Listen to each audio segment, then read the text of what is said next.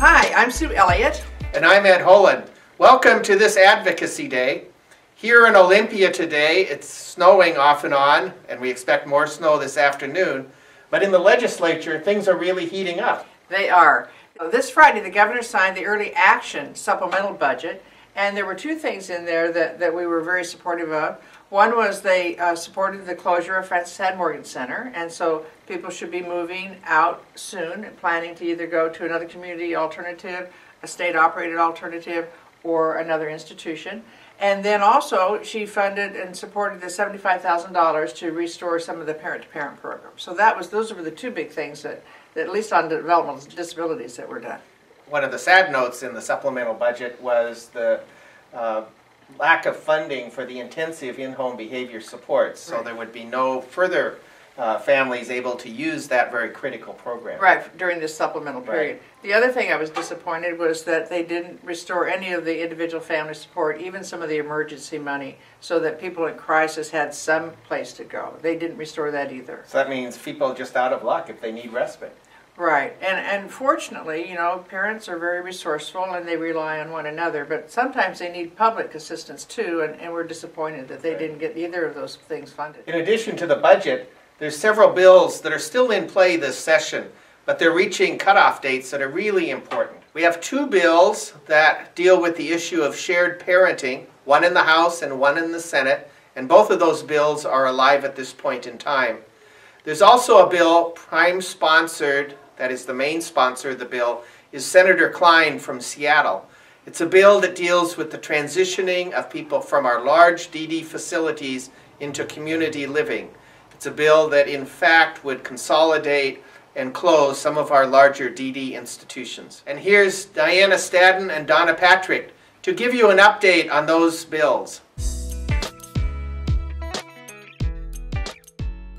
You know, the bill is working its way forward still, even though it got a lot of it taken out. One of the key ones was that we would no longer put children in institutions in our state.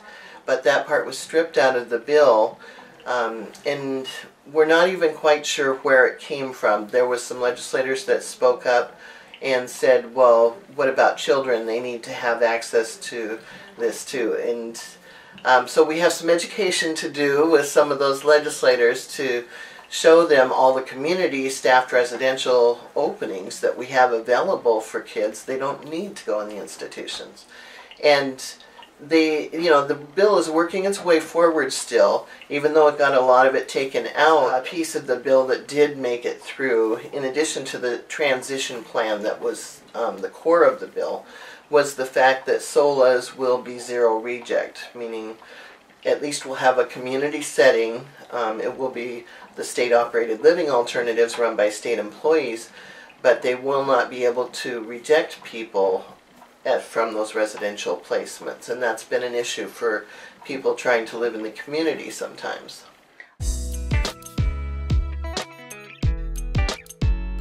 House Shared Parenting Bill is being heard today, Wednesday, in front of the House Ways and Means Committee. And that one is the pared down version. It just has the policy that everyone who wants an out-of-home placement should go through a shared parenting agreement. And the Senate bill passed out of the policy committee without anything changed on it, without amending it. So it's going to come to the Senate Ways and Means Committee with a supposed fiscal note on it. That means it will cost money. So it's up to we'll be talking to the legislators about whether they want to change anything about what it costs. But basically, we still have the policy of a shared parenting agreement as a way to place a child out of home and keep the parent involved. We have that still moving, and it's looking really good. So we're thrilled.